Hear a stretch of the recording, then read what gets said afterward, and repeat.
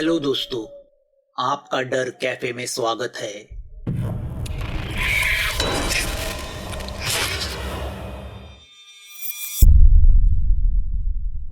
वह सब मर चुकी है। ऋषिकेश ग्लास टेबल पे रखते हुए शांति से बोलता है। उसकी बात सुनकर सौरभ शॉक हो जाता है। ऐसा क्यों तुम्हें लगता है? मुझे लगता है उन लड़कियों को शायद बलि के तौर पे इस्तेमाल किया गया होगा। हो सकता है वो किसी चुड़ैल का काम हो। वीडियो में सुनंदा के शरीर में घुसी चुड़ैल साफ दिख रही है। सौरभ ऋषिकेश को बोलता है, चुड़ैल हर महीने शरीर नहीं बदलती, और चुड़ैल ने किसी लड़की को पजेस किया होता तो वह लड़कियां कहीं ना कहीं दिखती, गायब नहीं होती। यह काम किसी मांत्रिक का हो सकता है। मगर जवान लड़कियां ही क्यों? सिर्फ जवान नहीं बल्कि वर्जिन भी। कुछ सिद्धियां प्राप्त करने के लिए वर्जिन लड़कियों के बलि की जरूरत होती है। ऋषिकेश चिकन का टुकड़ा मुंह में डालते हुए बोलता है, अगर कोई मांत्रिक है जो इस इलाके में पिछले 1 साल से रहता आया है तो तुम्हें नहीं लगता यह उसके लिए एक रिस्क है? क्योंकि एक ही जगह इतने गंभीर अपराध करने से उसके पकड़े जाने के चांसेस ज्यादा है। सौरभ ग्लास में वोडका डालते हुए पूछता है, एग्जैक्टली, मैं भी यही सोच रहा हूँ। रिस्क तो है, मगर वो ये रिस्क क्यों ले रहा है? इस इलाके में ऐसी क्या खास बात है जो 1 साल से वो यहीं पे है? ऐसे काम ज्यादातर किसी कब्रिस्तान, शमशान या सेमेट्री में होते हैं। तुमने वहाँ देखा? हाँ, यहाँ कब्रिस्तान और शमशान है। हमने दोनों जगह देखा, मगर कुछ हाथ नहीं लगा।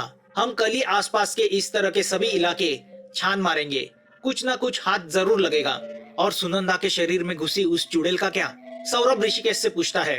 मांत्रिक अपने बलि को खुद नहीं उठाते, बल्कि किसी वश किए हुए पिशाच को या चुड़ैल को उसे लाने भेजते हैं। वो पिशाच उस इंसान के शरीर में प्रवेश करता है और जहाँ मांत्रिक होगा वहाँ उसे ले जाता है। अगर रास्ते में उसे कोई रोके तो उस इंसान के अंदर घुसा हुआ पिशाच उस रोकने वाले को मारता है।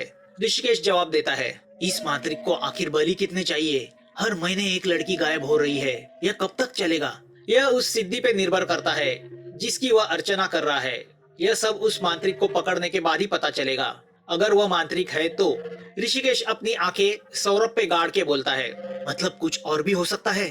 पता नहीं, मगर अंदर से एक इंट्यूशन हो रहा है। This is something different. तुम तो मुझे डरा रहे हो। डरा नहीं रहा हूँ। कुछ चीजें जैसी दिखती है वैसी होती नहीं। यह मेरा अनुभव है। हमें जल्दबाजी करनी होगी, वरना मासूम लड़कियां मरती रहेगी। ऋषिकेश सोच में डूब जाता है। उसे सोच में डूबा देख के सौरभ उसे पूछता है, ऋषि क्या सोच रहे हो? मैं सोच रहा हूँ वो जो कोई यह अमानवीय काम कर रहा है उसने यही इलाका क्यों चुना, और वो यहाँ डेरा डाल के क्यों बैठा हुआ है? खूबसूरत और वर्जिन लड़कियां तो पूरे दुनिया में फैली हुई है। एक ही जगह इतने क्राइम करना उसके लिए रिस्की है। या तो उसे अपनी ताकत पे ओवर कॉन्फिडेंस है या उसकी कोई मजबूरी है। अब सौरभ भी सीरियस होकर ऋषिकेश को देखने लगता है।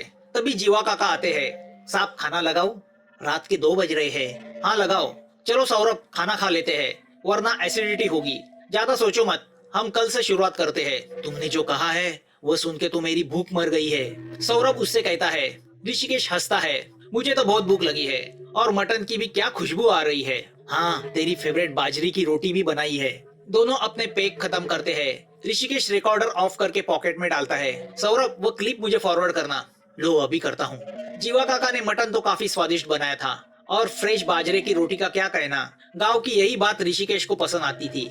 यहाँ जो कुछ मिलता है फ्रेश मिलता है।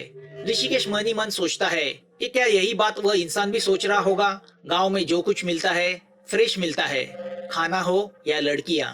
सुबह 7 बजे का अलार्म बजता है। सौरभ उठता है। रात भर नींद न आने के कारण उसकी आंखें लाल हो चुकी है। वो पर्दा हटा के बाहर देखता है। बाहर अब बारिश रुकी हुई है। रास्ते पे फिर भी थोड़ा कीचड़ फैला हुआ है। हवा में अभी भी कोहरा छाया हुआ है। उस कोहरे में बीच बीच में उसे दूर खड़े पहाड़ दिख रहे हैं। उन्हें देख के वो सोचता है, उसने इस गाँव पे बहुत प्यार किया। इस गाँव ने भी उसे बहुत कुछ दिया है। इंग्लैंड जैसा शहर छोड़ के उसने इस गांव में रहना पसंद किया, तो उसके घर वाले उससे नाराज थे। वह चाहते थे कि सौरभ वहीं पे कुछ बिजनेस करे और आगे बढ़े। मास्टर इन केमिकल इंजीनियर करके आखिर खेती करना यह कैसा फैसला है? मगर सौरभ को जो कुछ करना था वो उसने ठान लिया था। उसने गांव में आके एडवांस टेक्नोलॉजी से हाइपरफोनिक खेती करना शुरू किया, जिसका उसको 5 साल में ही रिजल्ट मिलने लगा। आज उसका करोड़ों का कारोबार था, और सबसे बड़ी बात वो खुश था। मगर इन घटनाओं की वजह से वह अंदर से बहुत डिस्टर्ब हो गया था। गांव पे पड़ी उस काली परछाई को वह दूर करना चाहता था। उसने अपनी तरफ से जो हो सकता था वो किया, पुलिस, योगी, मांत्रिक सब करके देख लिया, मगर कुछ हल ना निकला। तो उसे अचानक ऋषिकेश की याद आ गई। ऋषिकेश उसका कॉलेज का दोस्त था। ऋषिकेश मेडिकल साइकोलॉजी सीख रहा था। ग्रेजुएशन के बाद वह भी इंग्लैंड चला गया और दोनों फिर वहाँ मिले। दोनों के स्वभाव मिलते जुलते थे, मगर ऋषिकेश का एक स्वभाव जो सौरभ को बहुत भाता था, वह था उसका निडर स्वभाव।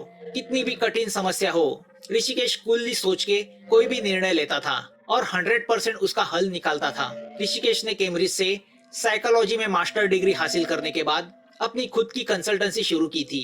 लोगों के दिमाग से खेल खेल के वह एग्जॉर्सिज्म में स्टडी करने लगा और देखते देखते वह उस विषय का माहिर भी हुआ। पूरे यूरोप से उसको एग्जॉर्सिज्म के लिए बुलाया जाता था।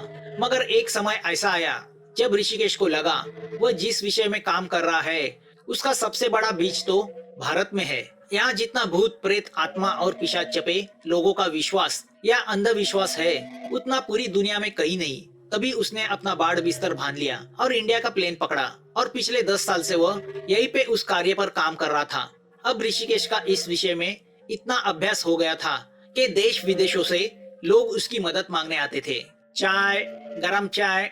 पीछे से ऋषिकेश की आवाज आती है। सौरभ की सोच टूट जाती है। वो पीछे मुड़ के देखता है। ऋषिकेश हाथ में चाय और बिस्किट का ट्रे लेके आता है। अरे तुमने क्यों लाया? काका को बोलते। सौरभ उसके हाथ से ट्रे लेके उससे पूछता है, इतनी सी बात के लिए काका को क्यों तकलीफ देना?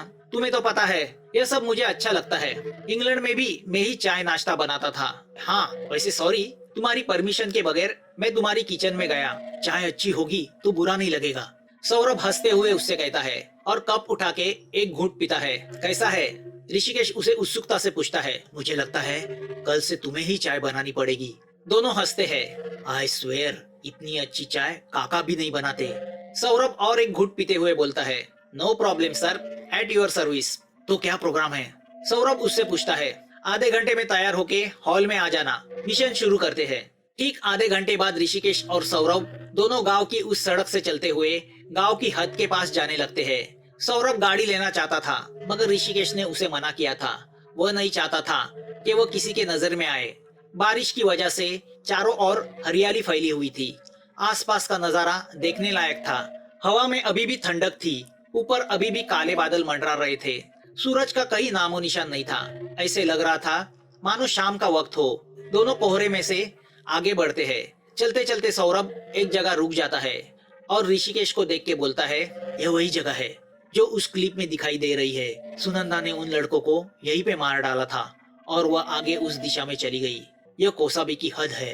ऋषिकेश उसे देखता है और बोलता है, और शायद पुलिस के कुत्ते भी यही आकर रुके होंगे। अब ऋषिकेश सामने फैले जंगल को देखने लगता है। इस कहानी का अगला पार्ट जल्द आपके सामने आ जाएगा। अगर आपको यह कहानी अच्छी लगी हो तो प्लीज इस चैनल को सब्सक्राइब कीजिए। आपके कमेंट्स का हमें इंतजार रहेगा और नोटिफिकेशन के लिए बेल आइकन दबाना मत भूलना। जल्द मिलेंगे एक नए डर के साथ। Thanks for watching.